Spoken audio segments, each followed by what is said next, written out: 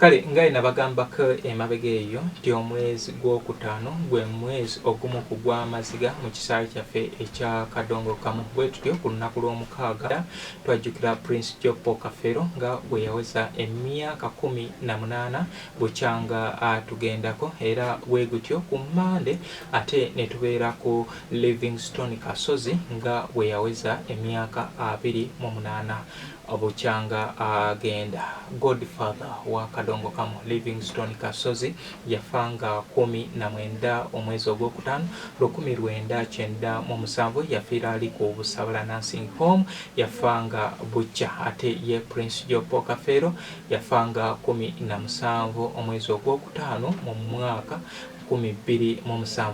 Gali mawulire ga ntiisa okwetoloola ensi yonna okuwulira nti Livingstone Kasozi agenze ate ne wayitawo noono era n'agenda, naye nga abantu bano bonna bali ba Music Triangle, era okufa kwa Prince Jopo Kafeero kwaleeta okubeera nga kuggalawo Music Triangle. Jjukira Music Triangle yalimu abantu baali basatu, mwalimu Hamani Basudde, Livingstone Kasozi ne Paulo Kafeero, era empagi eyasookera ddala okubeera nga evaako yali eya Livingstone Kasozi nga 19 omwezi ogwokutaano 1997 wayitawo ennaku 21 Sedduge endala era nayo negenda ye Hamani Semakula Basudde nga 11 omwezi ogw'omukaaga 1997 yagendera ali e Kabale Bugonzi.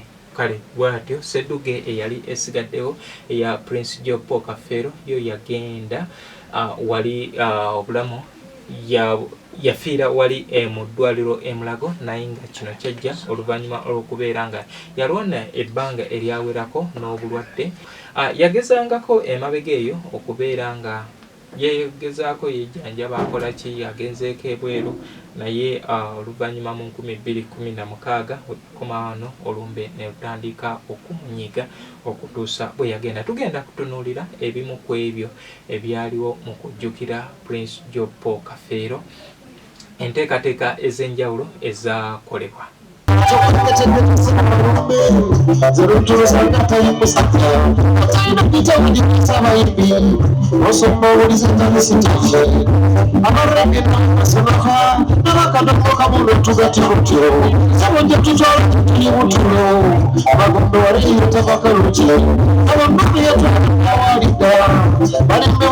tabadde obusi eyo musikisa wulitawaza nange Mathias gye nagewaleero mutambiro leero ekisa era yewabulira abawoomulungi n'ovudda bamumakitaga yaleero ebyonna byekola tebikamanye anange sabayo okufanidde ebibuzo ate nebyanukula bitegereeta mivu ekitawannayeebi yali amabanja ebiridde byewakawonjalikuuna omukyawe ani ali enjolira nyibaziiddiro kitalo nnyo kitalokejaye kitalo nnyo kitalo baana batu kitalo nnyo kitalo keddabedda kitalo nnyo kitalo baana batu kitalo nnyo kitalo keddabedda kitalo nnyo kitalo baana batu mwebale nnyo mwebale nnyo gikulegedde ngikwasiza enkofiira ebisejeyagala ennyo okuyimba oyimbe nga nze. Ku St. Agnes Church Makindye yaliwo okusabira Prince Job Paul Kafeero era nga omukolo guno gwetabwako ebikonge ebyenjawulo nga eyali omusabi omukulu yali His Excellency Bobi Wine era ebigambo byali mata bye yayogera ku Prince Job Paul Kafeero. Nibadde course namba mu university nze nasoma music dance and drama bwewaawo bamaze ebbanga ddene nga bajoga music dance and drama bamuyita ekiruganda bengamba kambasolo naye nga nasoma n'amateeka so nina looyo naye singa kubeera muyingi era abasinga kumanyi lwakitone kyange ekiriza mu bwa mugaso nnyo naye ba artist twalibadde tukola nyokweri nga tutransforminga n'engeri gye bayigiriza abaana twalibadde tukola tulaba blueprint ey'abasudde ey'abalagidde eyasebaluka n'ebitone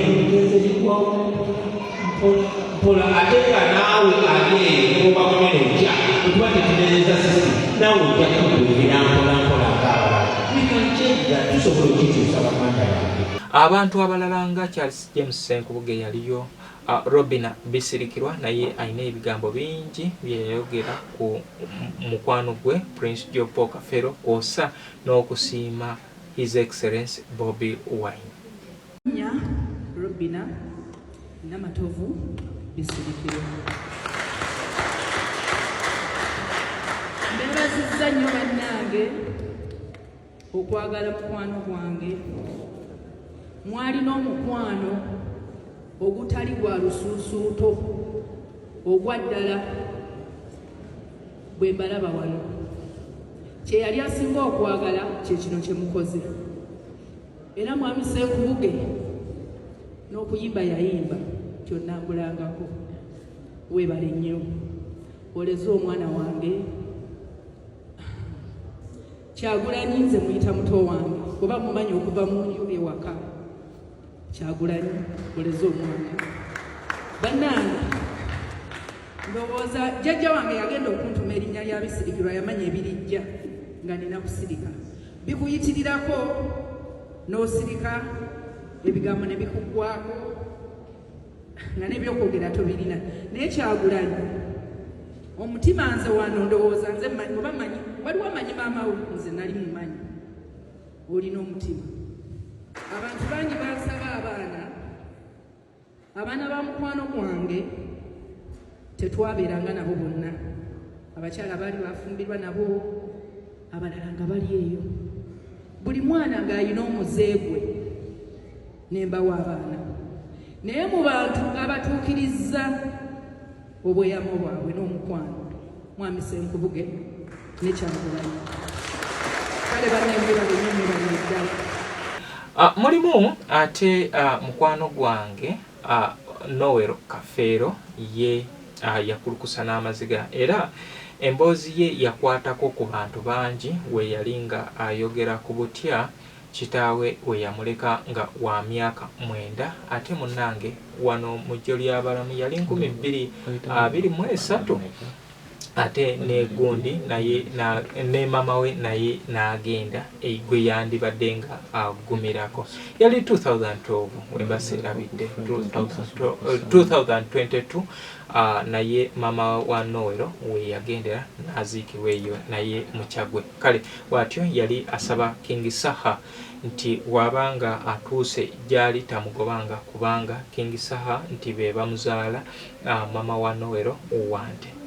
Mama wange nabona nabaziika Kyaggwe bonna bagenda newe nzijjanga ewuwo tongobanga kubanga abente mwabanzaala mu nsi muno okula ng'oli mulekwa si kirungi era mwenna abali wano musabe Mukama abawangaaze mukuza abaana bammwe. Omwana oli walibeera mulekwa ddala ffe abatalina maama abatalina taata si kyangu. Banga nze nafuuka mulekwa nga nina emyaka 9 ne maama yankuza. Maama agenda okuva mu bulamu era nga nkyali muto. Mwebale nnyo mwebalire ddala kubanga ffe muzeeyi yafa atadde emikono gya Mukama n'agamba amabujje gange gaagwe taata gwaliyola era tukuze kubanga okuleka kubanga kati nze yandeka n'emyaka moneka n'emyaka 27 sinafuuka maama ne taata mbasuubiza ne maama yena gye muli mwandeka mu bulumi naye nkuze mpambana ensi ekunyiga n'okaaba ne kasita Saha mugambye ndi mwana we wenzijanga tangobanga. Sebo principal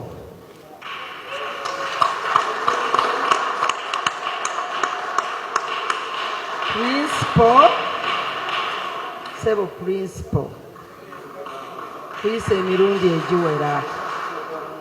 Omukama akugololera omukono gwe ogwa ddyo.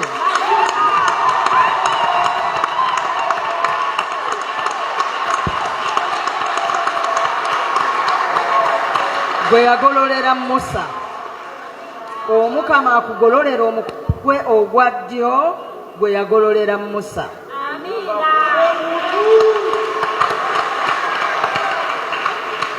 Nze nja kugamba nti mwana oli mwana nze ndi maama emyaka gyange gikuzaala mwana gwe buli lwe tugamba nti jangu songa ebyokukola olina bingi nnyo obuvunaanyizibwa buyitirivu osula teweebasa olina ebirowoozo biyitirivu naye tolekangayo togaanangako. Omukama akugololera omukono gwo ogwa ddyo.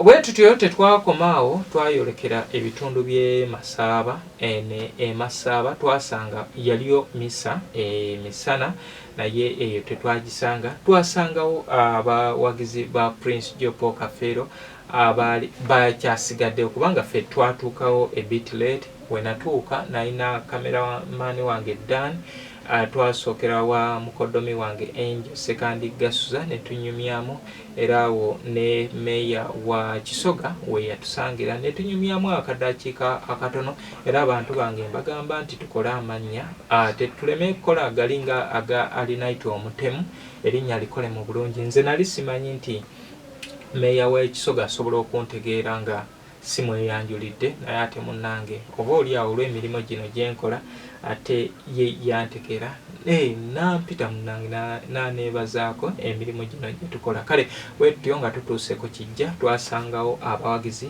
bano aba Prince Jopo Kafeero ne batukookeramu bwe bati ogere jangu kutumeko kwenebbaera nakapapula omwana ono mubagire ekiwandiiko ate naawe ofuba osambyeko mazima kasita nakuwendagiriro tatera nakuvaawo asangwawo wakubula yekango yambuka kusaluni omulungi jakolera era oba omusanze omugamba nasoberwa ebigambo oyo atabaza olumugoli nzeera nti dda abantu okweyisa batyo batabuzi nnyo balibadde bonna abalala abeebunaayira ne bataba mikwano gyange ddala ddala mbadde mwagala nkyamwagala omuntu wange ono mwagala pulira nkyamwagala okuneetamu atyalimba nnyo n'okusalawo kwenkuwakanya sirina musango ku ye ezo zaali ŋŋambo badde mwagala nze nkyamwagala omuntu wange ono mwagala mpulira nkyamwagala okuneeta mwatyalimba nnyo n'okusalawo kwenkuwa. New Subs Fashions tukutuusaako ebiteeteeyi kw'ossa abaya, engatto, ensawo z'abakyala, jackets, jeans n'ebirala. Tusangibwa ku Wilson Street ku kizimbe ekya Sunset Arcade ground floor shop number 2. okututuukako va ku Pioneer Mall otambule ngadda ku Arua Park yisa ekizimbe ekya Wilson 1 oyite ku Health Link Pharmacy. Kati awo weekoma yambuka amadaala gakuyingize ku Sunset Arcade awo ng'otutuuseeko. Engoye zaffe tuzze China, Egypt, Vietnam n'amawanga amalala. Omukyala omwambazi omulungi ayambala naffe. Yino Chikaya College School essomero eryegulidde erinnya mu kusomesa abaana ate ne bayita ssomero lya Dene Boarding mix y'abawala n'abalenzi senior 1 paka senior 6 balina library science ko ne computer labs byonna bijjudde balina arts ne science subjects co-curricular activities ko ne section y'ebyemikono omuli okusiba enviiri okukanika n'ebirala ebigwa mu kkowe eryo. Omwana n'ava ku ssomero lino ng'ali self contained. Kyewuunyisa ensimbi zaabwe zeze zijja mu nsawo ya buli muzadde. Basange Chikaya Bulenga Mitiana Road okumanya ebisingawo noti 757 mukaganya emwemu 57. Be Easy Hotel and Bar tusangibwa Nsago ku lw'Ennakawuka. Ku lw'empeereza ennungi tukola essaawa 24. Tulina ebifo ebisulwamu nga biyonjo ebiddaabirizibwa buli kadde, ebyemizannyo ng'okulaga omupiira, okuzannya pool n'ebirala. Ebbaala ejjudde obulungi, emmere ekutuukako mangu, paakingi nnungi ate nga security eri gguluggulo. Okubuukinga n'okumanya ebisingawo kuba ku 070 79 12 04 oba 058 98 77 34. You are not easy when you are not at Be Easy Hotel and Bar. Come and experience the ultimate in comfort, entertainment and security with Be Easy Hotel and Bar, Nsago, Nakauka Road. Plan B Records ye studio yokka ekuwa ekiri ku mulembe. Oyagala ku recordinga luyimba ku Plan B Records tulikodinga nyimbe z'ekika kyonna nga raga, reggae, kadongo kamu, afrobeat, band music n'ebika bya music byonna eby'enjawulo. Era tukozesa ba producer abalina obukugu. Kati gwalina essomero, kwaya naawe omuyimbise kinoomu, jangu tukolere oluyimba oluli ku mutindo ku miwendo egy'okuteesa. Plan B Records. Okay, kale webatyo baseruganda ab'enjawulo bayolesa omukwano gwabwe eri Prince Jopo Kafeero era nga balaga nti ekintu kino bakikoze okumala emyaka 18 buli werutuuka nga 16 bagenda enkokonjeru nti basulawa awo ku kijja ne bavaawo enkeera era nga bagamba nti n'emyaka egy'omu maaso enteekateeka eno bagenda kubeera nga bagikola naye nga muntu wange nkugamba nti programu eno eteekebwamu ssente aba New Subs Fashions abo basangibwa ku Sunset Arcade bambi basaba nti mugende mubagire bantu bange tuleme kubeera nga twekomoma abantu bano be batuyamba nze okubanga mbatuusaako bino kale we mubanga ekituufu nga bino byembaweereza mu byagala genda ku New Subs Fashions oguleyo olugoye lugulire mukyalawo lugulire neighbor lugulire pastor lugulire omuntu yena oyogola kasita lubeera lwa mukyala ogenda dusanga ku New Subs Fashions mu nteekateeka era awo tuli mu kujja ne omulanzi omulala oba sponsor omulala Amaus Closet abo bali ku Ham Shopping Ground bali ku Ham Shopping Ground tugenda kubanga tubatuusaako ebirala ebibakwatako naye nga mbasaba nti mugende muguleyo engoye musobole okubeera nga mufuuka abambazi abalungi ekitegeeza naffe mugenda kubanga mutukwatako kati ate mwe baseruganda abagamba nti obulango bubeera buwanvu munange ekituufu ojja bugumira kubanga sisuubira nti businga programu obunene ate abo be batuteekamu ku ssente tulina Be Easy Hotel and Bar abo basangibwa Nsago gendayo obeerenga osanyuka myaka oyagala kubeera ng'osula owummuzaamu ku birowoozo genda awo ebyokulya n'ebyokunywa weebiri emipiira weegiri olunaku olwaleero tulina champions tulina Europa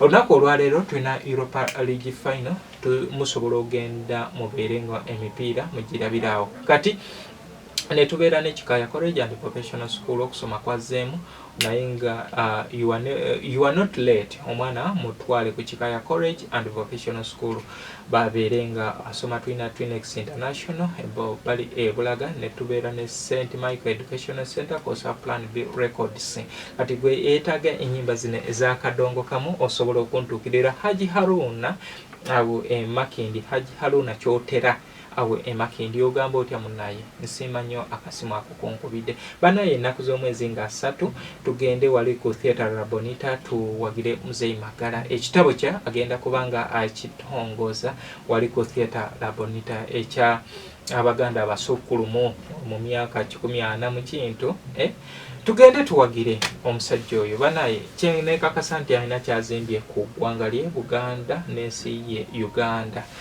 omusajja teyasoma naye asobodde okukola ebintu ebikira oba ebiwula kwabo abagamba nti basoma no Muzeeyi Magala ndowooza omutuuza awo ne professor avaawo nga ekyamazima aswaluse n'okuswaluka olw'ebintu Muzeeyi Magala byakola musajja munoonyereza musajja mukugu era be bamu ku bantu beneegomba ate kyamukisa nti ate ne Muzeeyi Magala ate yeegomba Muzungu David ndinayo ono omulala gwe nazuula nga naye mumanyi ye Big Chiwa Big Daddy Kiwanuka awe Mbiko na Kibizi musajja naye mumanyi ow'obuwangwa kwosa n'ebintu ebitambula mu kadongo kamu naye nze ani omuntu gwagamba nti nze nnyumirwa nnyo Muzungu David omuntu n'abanga tasobola kuva ku Muzungu David banaye I thank God bino byonna Katonda yabinkoledde asinga si Katonda sandibadde ekyo. Okay kale tukyeyongerayo ne moments ezaaliwo mu kujjukira Prince Job Kafeero nga 17 lw'omukaaga luno twali wali nkugambye nti basookera wali ku St. Agnes Church e Makindye okubeera nga bamuwa ekitambiro kya misa bakingisa abaaliyo ekintu ekyongera okulaga nti Kafeero si wabakadde bokka ng'abantu we balowooza Kafeero nange nze nga wondaba sisuubira nti nze mukadde nnyo nange nkyali mu myaka gino emitototo naye nga kiri twagala bwagazi kintu era nkusaba nti gwe andaba ojja kuba onyambye singa omwana wo bambi omuwa obudde n'abanga ategeera kadongo kamu bino programu zino z'empeereza totya zirabenga n'abaana weebali omwana agenda kula nga awulira Muzungu David agenda kula nga ayagala Muzungu David ebintu bino byakola ayagale ne kadongo kamu ayagala ekyo mami oba daddy oba uncle kyabadde ayagala ennyo kati fa omusingi ogugenda okutuleetera okubeera nga twagala ebintu bino kale bwe tutyo nkugambye nti ne Masaaba ku kyalo Masaaba oba ku Kijja waliwo ekitambiro ky'emmisa then abo benkulazeeko nti baaliwo nga banyumirwa endongo kati awo ne tuvaawo ne twolekera mu kisaawe enkoko njeru yaliyo activities ez'enjawulo mipiira biki naye ffe tugenda kusimba ku kyaffe kadongo kamu ekivulu kyaggulwawo Saabanywi Omulangira Gerard Kiweewa era bw'atyo yayimba ennyimba ze nnyingi n'alaga na butya kadongo kamu ono waziza mu bantu empisa nga tuyita mu kintu kino ekikolebwa. Nze mumutima mpulira ekindimula kikubinula oba kitutootya mumutima mpulira ekindimula buli lunaku okulaba ng'ompitako buuza nenkoberera ku kyotomanyi onombuuza nti kikikulondoola tesinze nakutuma okulabya enneetaaga olinawo engeri gye weebigula buuza otambula ozina ku kyotomanyi era nze bwe nkulaba ng'ompitako maama ngoberera nyumirwa ntambulayo abasajja abangi obatunuuza embebere bwe bakutunuulire gwe batelinkwata babo bayinga batunuza mbebere bwe bakutunuulire gwe batelinkwata yenza kukubira bulijjo gw'otomanyi nankirowooza luli betta nange n'ontikka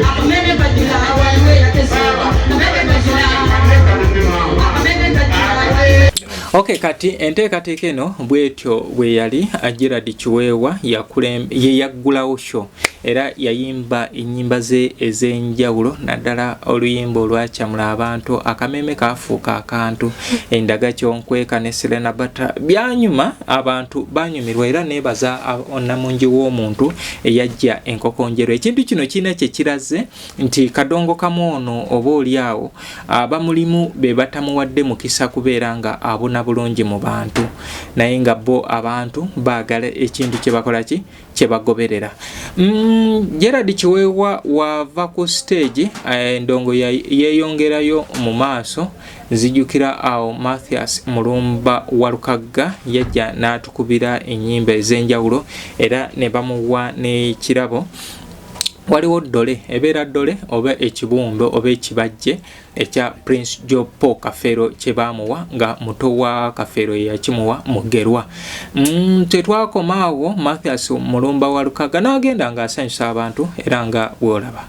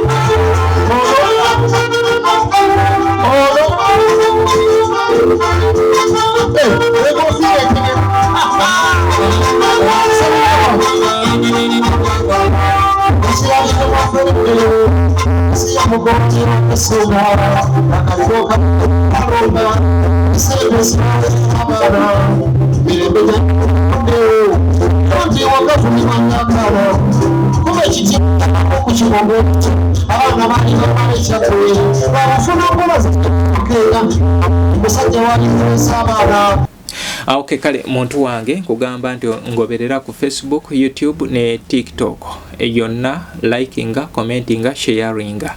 Kale program eno njiweerezaako mwena abawagizi ba Prince Jopo Kafero, ba diehards ab'enjawulo, abagoberezi ba Kadongo Kamu, abagoberezi ba Livingstone Kasozi, abagazi ba Hamani Basudde, yali Music Triangle, yali enda ebagatta.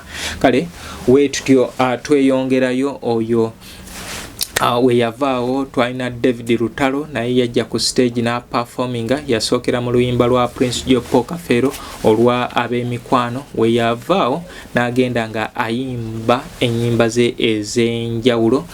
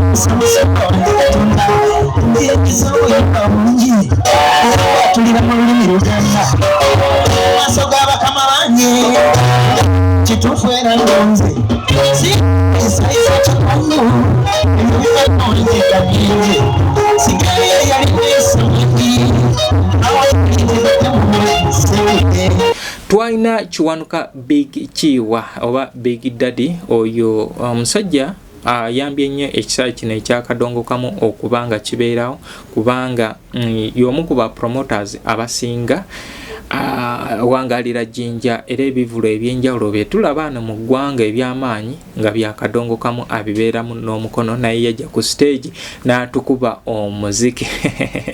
Big Chiwa oli otya munnange nkotomiddeko ndabira Kabazi ndabira Mavini n'abalala awo mu bitundu by'embiko abaagala Kadongo Kamu abaagala Muzungu David ne Kabyanzo. Chiwa ono promoter ate y'omu ku bantu abakutte ku bantu mu music muno mwana w'embiko atuweyo obuyimba bubiri tugende maaso.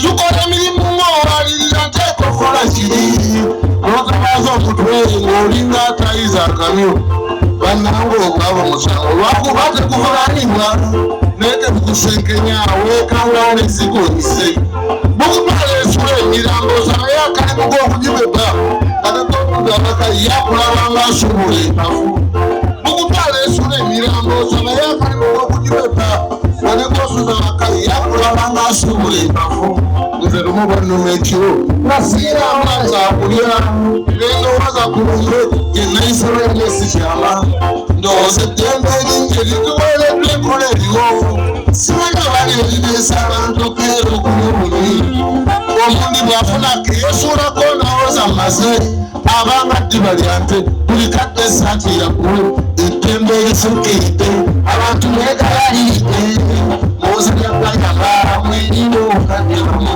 eddembe erisukkiridde abantu beegalalidde muwoza lyabbanyaba mwerimu okadde lumu.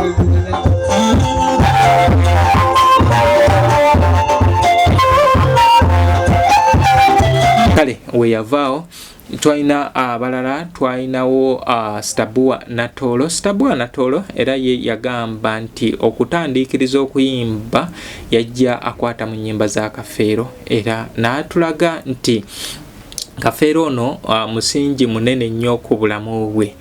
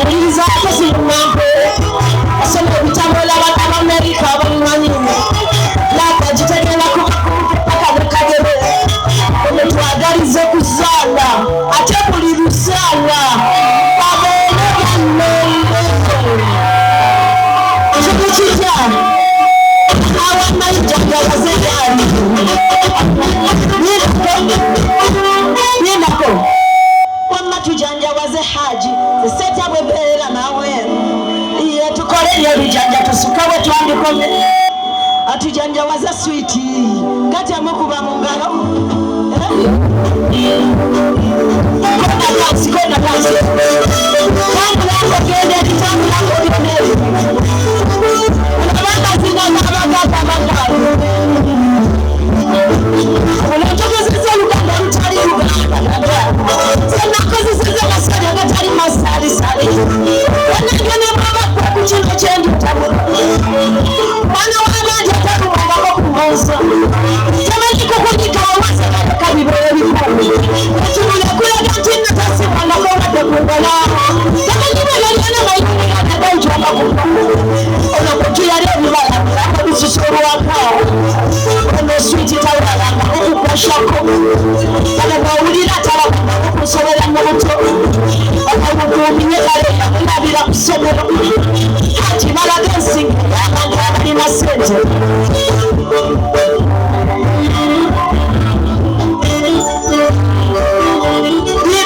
lindako omapanga kisemo otutataganya soko tuwemu ku budde haji balaga ensinge y'abantu abalina sente simayile totyagiraga oli mulungi my love otolinga mubaka kaseti sironda bifofofofo ziyokukira eswagali omukwano yangavuga mmotoka obalaga enti tuli bagagga yangavuga eryato tusumula nonekatosi obalaga akabina k'abantu abalina ssente obalaga olubuto olw'abantu abalina ssente obalaga amaaso ng'olinga muzeeyi Museveni balaga amaaso ng'olinga muzeeyi Besigye kale balaga amaaso ng'olinga Bobi Wine. Tugenda kugenda mu maaso oyo we yavaawo twalinawo abalala abajja the Orions Muzira Stivo bajja nabo ne batukuba ennyimba ez'enjawulo era nga mwe batadde okubeera nga bakuba ennyimba za Kafeero.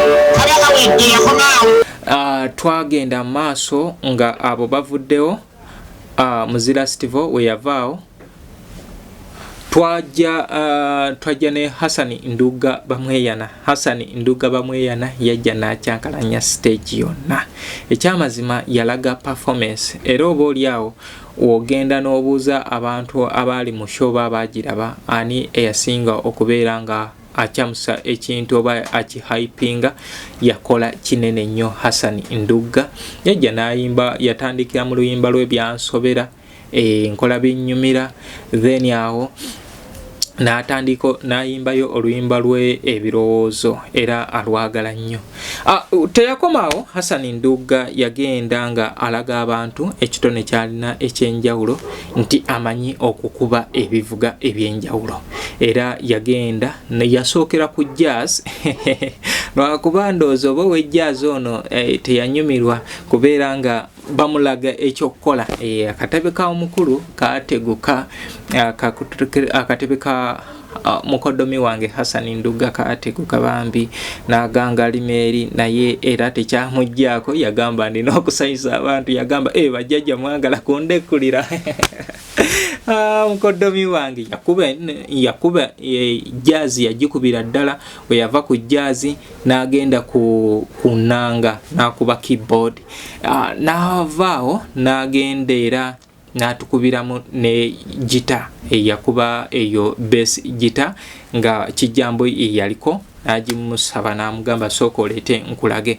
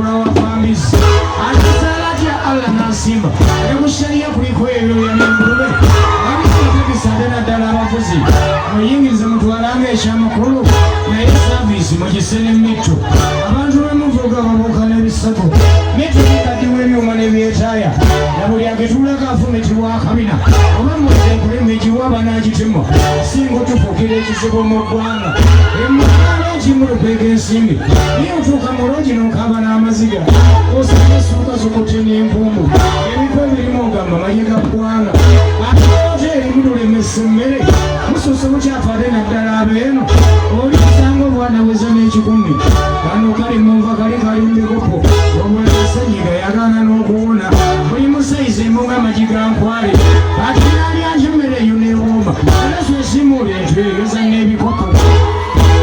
Bwatyo Hassan Nduga ekintu kino kyakola nzikiriza nti kikola kinene nnyo okubanga gwe omuyimbi alowooza nti oyagala obeere muyimbi beera n'ebivuga by'omanyi.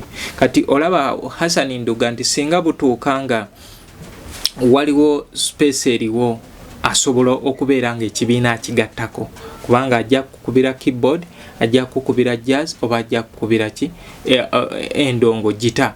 Kati gwe woba toyina kyoyina mu gundi mu kibiina ekyamazima ojja kubeera nga toyi dynamic nga obongerako kitono nti ekitegeeza nekunabeera ku repress nga kiyinza okubeera ekyangu okukurepressinga mpozi beera nga Katonda yakuwa ekitone ekyoku stage nga olina kyanjawulo nnyo. So bwatyo mukoddomi weya yolesa obukugu bwe era sho awo nze kamera eyange we yajjulira nemba nga sikyasobola kubeera nga nyongera okukwata naye nga oyo Hassan Nduga we yavaawo abayimbi abalala bajjanga Rachel Namiro era yajja n'atukubira oluyimba lwa Tofumita Lwenda zijjukira oluyimba olwo original lwali lwa Gertrude Nalule naye baafuna enzikiriziganya ono oluyimba n'alumuweera ddala era naddayo n'alukola. Kati Rachel Namiro aluyimbira mu gundi. Namiro munange nkutumiddeko kulikayo ko mulundi ogwo bwetu twatambula okukomawo twatambula nayo okuva Enkokonjero ekireekyo paka Kampala yali avaiganga yali ayina show eyeiganga kati najja atuukirize obweyamo kubanga yategeeza nti alina okubeerayo. Waliwo omukyala awo oluvannyuma yaddawo then Akafero Swazi n'ayingira oba omwana w'omugenzi najja n'ayimba ezo zigguluddene ye oyo gwe naleka ku stage nayinga ne Kafero Dash yali emabega abayimbi abalala baali eyo emabega lwakuba ku mulundi guno tekyalinga ekyo ku mulundi ogwo ate ku mulundi ogwe kuba yali mpitirivu naye abayimbi basingako ku mulundi guno. Ku luno Katonda yaliwo nnyo kubanga enkuba teyatonya naye nga sofa ekivulu kyanyuma kubanga abantu beerekereza era abantu baalaga ti Kafeero bamwagala. So nsaba abategesi oba bategeka ekintu kino n'aba famire ya Kafeero nti mukole kinene nnyo okubeera nga abantu bano tebaggwamu maanyi we muba musuubiza kye musuubiza mukituukirize ate njagala abantu abali eyo bannaye twekwata ow'ekikumi ow'ebibiri ow'ebisatu singa tunaaba tuleese enteekateeka ey'okuzimba Paulo Kafeero awantu awo wafuuke ekyobulambuzi tibanaye mujje mutukwatizeeko then aba family ekintu kino mbadde nsaba nti oba mulaba nga kibayinze mwandikitadde ne mukiteeka mu mikono gy'abantu abantu ne babanga bakola bazimba omuntu waabwe naye ebitata n'ebintu bino nti families ebiseera ebisinga mulemezaamu ate ng'oba oli awo abantu bagamba nti batwabawa chance okumala ebbanga nga temukikoze kati mwandikitadde abantu ne bakitambuza ne bakibakwasa bukwasa kubanga awantu wano weetaaga okubeera nga walondebwa akakiiko akagenda okutambuza enteekateeka eno budget ekolebwe naye nga ebintu byonna bikolebwa mu mikono mituufu tusobola okubeera nga tumalako Prince Jopo Kafeero ono abeerenga naye azimbibwa. Nebaza muto wange Sematimba Regan ekintu kye yakola ekyokuzimba kitaawe ekyamazima wemba seerimbye ekijja kya Livingstone Kasozi kye kimu ku bijja ebisinga okulabika obulungi mu nsi yattu Uganda. Situnuulidde bayimbi naye ebijja byonna mu ggwanga lyattu Uganda kye kimu ku bijja ebisinga okulabika obulungi. Nze Muzungu David Kadongo Kamu music analyst mbadde nkulisaako mu ebyo ebyali mu kujjukira mukwano gwaffe Prince Jopo Kafeero maanyi ganjegere kugambye nti yafiira ku myaka 36. Bino ebyobuzaale biki ebyo sibyogeddeeko kubanga bangi bazze babyogera ate bajja byogera kati nze kankuwe ate bye batagenda kuwa. Tugabane ensi buli omu abeereko ne gwakola. Mubeere bulungi mweraba.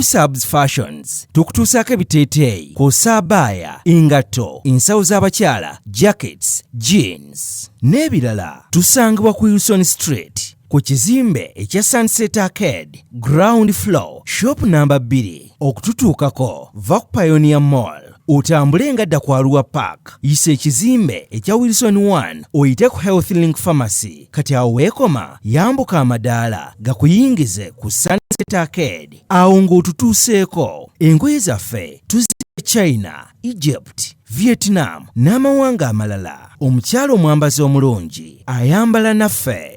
Yino Chikaya College School essomero eryegulidde erinnya mu kusomesa abaana ate ne bayita. Ssomero lya Dene Boarding, mix y'abawala n'abalenzi, senior 1 paka senior 6. Balina library, science, ko ne computer labs byonna bijjudde. Balina arts ne science subjects, co-curricular activities, ko ne section y'ebyemikono, omuli okusiba enviiri, okukanika n'ebirala ebigwa mu kkowe eryo. Omwana n'ava ku ssomero lino ng'ali self-contained. Kyewuunyisa ensimbi zaabwe ze zijja mu nsawo ya buli muzadde. Basange Chikaya Bulenga Mitiana Road. Okumanya ebisingawo noti 757 mukaganya emwemu 57. B is a Hotel and Bar. Tusangibwa Nsago ku lw'Ennakawuka. Ku lw'empeereza ennungi tukola essaawa 24. Tulina ebifo ebisulwamu nga biyonjo, ebiddaabirizibwa buli kadde, ebyemizannyo ng'okulaga omupiira, okuzannya pool n'ebirala. Ebbaala ejjudde obulungi, emmere ekutuukako mangu, paakingi nnungi ate nga security eri gguluggulo. Okubuukinga n'okumanya ebisingawo kuba ku 0790